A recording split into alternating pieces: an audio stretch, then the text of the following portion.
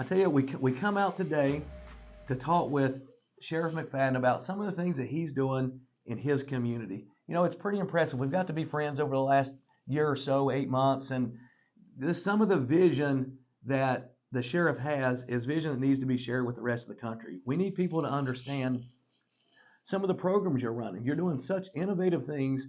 There are innovative ways using technology, using programs to get residents in the detention centers a better chance to succeed when they get back into the world. Well, the first thing I want to say is that when I took the job or was elected to be sheriff, I knew I was going to bring change. And so we wanted to be different. Um, and so the first thing I did is change the terminology. We don't say jail, we say detention center, and we don't say inmate, we say residence, because it brings a more humane part into the detention center. So after that, we went from there to, I had promises. I wanted to take away juvenile solitary confinement. I wanted to have in-person visits, and then I wanted to have community engagement. And so we did all of these things in the first 45 days in my office. Wow. But then the big part was community engagement. A lot of people talk about building the bridge, but they need the bricks to build that bridge. They need the people to build that bridge. And so community engagement was a big piece, and it is very, very vibrant. But what's more vibrant is our programs inside the detention center. Well, I tell you, as we've talked, I mean, we've talked Saturday, Sunday, sometimes 9, 10 o'clock at night about these programs. We do a lot in our community. We believe in that community engagement. We have to create that for our law enforcement officers. We have to help create that trust in the communities. And you're doing that here. We hope we are. We believe that we can do better. I'm going to push my staff to do more. And they know that I celebrate one day, and that's the day that it's a launch. After that, I'm looking for the next baby to walk. Wow, that's impressive. Well, you know, inside the detention centers, you know, you're doing a couple things that are pretty neat. So you're generating programs and training for residents so that when they get out, they have a better chance to make it. They do. And most people say, well, Sheriff, why are you doing all of this? And nobody has answered this question yet. If I don't do this, how would you want me to prepare your neighbor? Because these young men and women are going to leave the detention center and become someone's neighbor. So I'm trying to create better neighbors. As of this morning, at 10 o'clock this morning, I spoke with a young man who left my detention center, received his CDL, and he actually saw one of my deputies out. And he said, you know, while I was at the detention center, I learned so much. And he said, I gained all this knowledge. And when I got out, I got my CDL, and now I'm driving for a medical company. But he said, I want to thank you all for providing me that. And we talked just like me and you were talking today, and I gave him my number. But I said, you have to understand that you are one of my alumni of my detention center, not a convicted felon, not That's right. previously incarcerated. You are a product of my detention center, and you are an alumni. And he got excited. And I said, here's my number. Anytime that you want to talk to the freshman class that's coming in, these young kids coming into the detention center, you can always talk to them. So we put a different spin on it because we want to be better viewed, and it's just humanity. Well, and listen, these young men and women are going to come back into our society. They are. Why not bring them back into our society trained, ready to go to work, with life skills, with work skills? You know, and you create a program that is true to my heart as an entrepreneur, and it's providing LLCs to inmates prior to exiting the system. That is true. It's a young man named Josh Provey. I laugh because when Josh, if you ever get to interview him and tell you the story, he's going to laugh. Josh saw me on the corner one day outside the detention center, and he kind of pulled up in the car and said, hey, I want you to come to this event. People say that all to me all the time. Right. And he handed me a flyer, and I never went to that event because I had 3 events that day. He saw me later, and he just pulled up and got out of the car, and he said, Sheriff, I invited you to somewhere, and you didn't come. You know, what's going on? And I said, Josh, I'm busy. He says, well, how busy are you? And I told him, he said, we need to talk. He said, I have this program and his organization called Peace for Poverty. And he has this program called the Next Great 50. So imagine Josh, who is previously involved with the criminal justice system, served time, came out and created this program. Wow. So he comes in and makes sure that they know about financial literacy, know how to buy, know how to purchase, and how to run small businesses. If you have a 4-man lawn care service, that's a business. If you have a 6-man painting company, it's a business. So Josh is teaching you how to run these businesses, but after that, he creates you a website. But the main thing that gets everybody stirred up is giving you that certificate of ownership of your business, which is a LLC.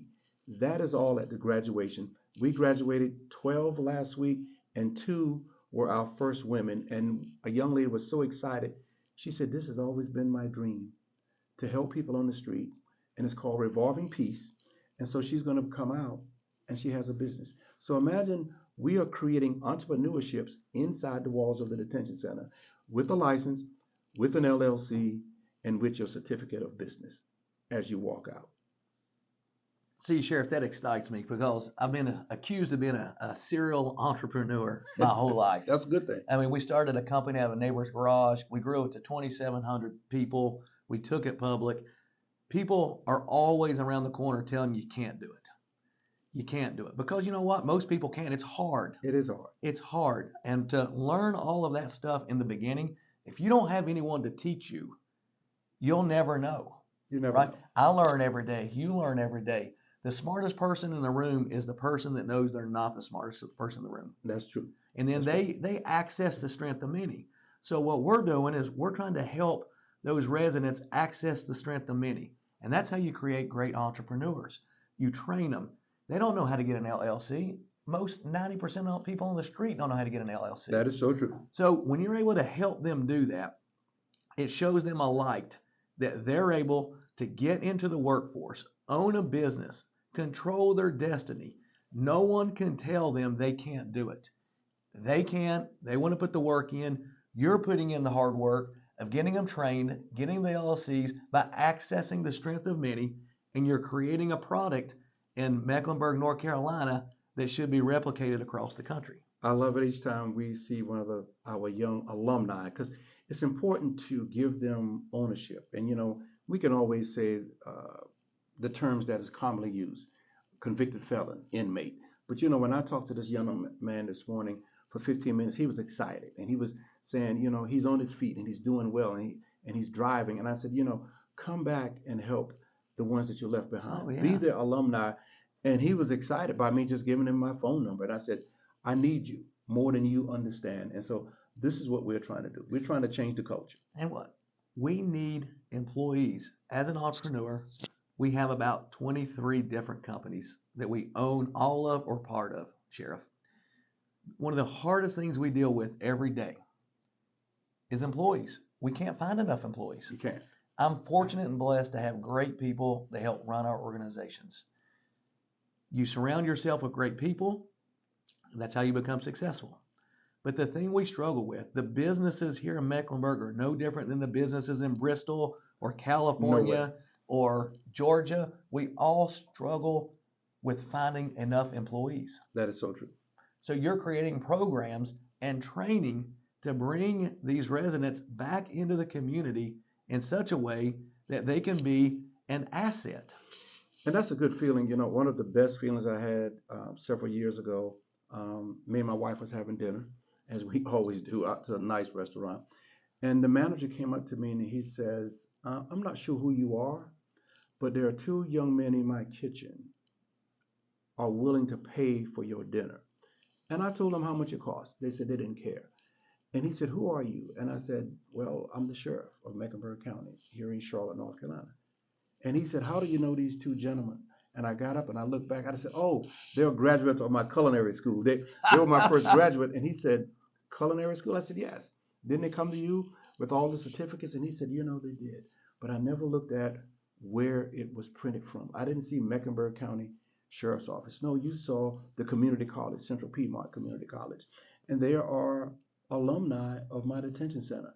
And he said to me, I'm going to pay for your dinner. Because he said, these 2 young men are outstanding, but never have they come to me and say, let me pay for someone's dinner, especially at this cost. because there was a lot of food and dessert and everything else. And he said, I'm going to take care of it. But if you find anybody like those two gentlemen back there again, let me know. See, Sheriff, that is so innovating and refreshing. You got to look at where our country is at today, right? We're a divided country. Kind of is. It I is. look at things that say common sense should get us a long ways. It should. And if you look at programs like this and we continue to spread the word, we get other sheriffs interested in the programs you're doing. We get other detention centers looking at how do I create opportunity. We don't want these residents back in the prison system. We don't. We want them to succeed. You're creating programs to succeed. You got a barber program too, right? We have a barber program started off as Cops and Barbers. Sean Corbett and I created what they call Cops and Barbers. I'm the cop, he's the barber. And we never knew each other. We came together and over about 2 orders of chicken wings and some iced teas, we came up with Cops and Barbers. And I came up with the name because as kids, cops and robbers. Right. So it kind of sounds cute. President Obama had us at the White House in 2014. And from 2014 to now, Sean has launched an unbelievable entrepreneurship. He has 12, I think it's 12 barber shops in 3 different states, and they're mainly in Walmart because Walmart allowed us to come in and take the space that they were not using to run the barber shops. So Cops and Barbers, and it's called the Lucky Spot, DA Lucky. It's called the Lucky Spot Barbershops now. And if you see them in the Walmart, it's from Sean Corbett. But as of last month, he's now opened a barber school. So we took it out of the detention center, put it back in the community. But as Sean says, we're going to bring it back in the detention center now and have 2 schools, one inside and one outside. So if you didn't have all your hours inside the barber school, you go to Sean's barber school outside because we didn't have the school outside, I but see. we do have it now. I And see. so I think it's 10 or 12 barber shops, but I know it's in 3 different states. Wow. What a great story, right? So we're just trying to make our society and community better. Well, and think there's one more thing. There's a lot of things you're doing great here, but there's one more thing that comes to my attention because we're involved in our community at a pretty large scale. We believe in our community. We love our town. We love the city we live in. And I believe that if the Lord blesses you with a way to impact change in your community, you should do that. You should do it. And so we try to do that with our time, with our finances, whatever we can do. And what you've done is you've reached out to the community. And so a lot of these programs you're running, the community is helping you sponsor those, right? Absolutely. You're not going to the commission or to everybody saying, "Hey, give me a bucket of money all the time." You've got the community has stepped up. I want to say that one more time. The community has stepped up to help you provide these programs. A lot of them have. We have Starbucks is a big contributor. Chick-fil-A is a huge contributor. Lowe's, Advanced Auto, and these people have come through. We have the local um, grocery store chain is called Food Lion, and it's out of Salisbury, Yeah. and they all help us. And so we ask, and they come. My first job was at Food Line. Well, that's a great thing. Love that first job. Life was simple. It was a great company to work for, Well, and they're I'm still glad a, they're a partner of they're yours. still a great partner. Occasionally, I have Food Line cards, and I go to a store and bless someone. Wow. And just think, so you can get the community involved. So sheriffs, think about this. You don't always have to go to commission or go try to get money, and you can always get money put into your budget, but leverage the community. You have community leaders in every community that want to help. We If just they need to access those. if they see you out there working, like Chick-fil-A called us the other day and said, okay, we're still going to give you your chicken sandwiches for your Tuesday's events. Even Airmark, who's a big food company, Right? corporation, they do something kind of simple. They believe they give me 1,000 hot dogs, and most people don't know. I don't know the date, but in June there's something called National Hot Dog Day. So I go to the local park, and for me just to give out 1,000 hot dogs, I love it. Airmark also provides me 200 turkeys to give away every year. Um, and so ask your community leaders, ask your companies and corporations, and they'll supply it. Small things brings a lot of love to our community. That's right. And then we need more love. We have a We 501c3 called Loving People that my daughter started. At 12 years old, she looked and said, "Dad, I think we need to have a 501c3 because we need to take our giving to the next level." I'm like, "Well, she's 12. What does she know about this?" So we went to dinner. She explained to me she had a name, Loving People. And I said, "Well, how did you come up with that name, Jasmine?" She said, "Dad, because everybody needs a little loving." Everybody does. How true is that? That's true. At 12 years old, she realized that. We still run that 501c3 today.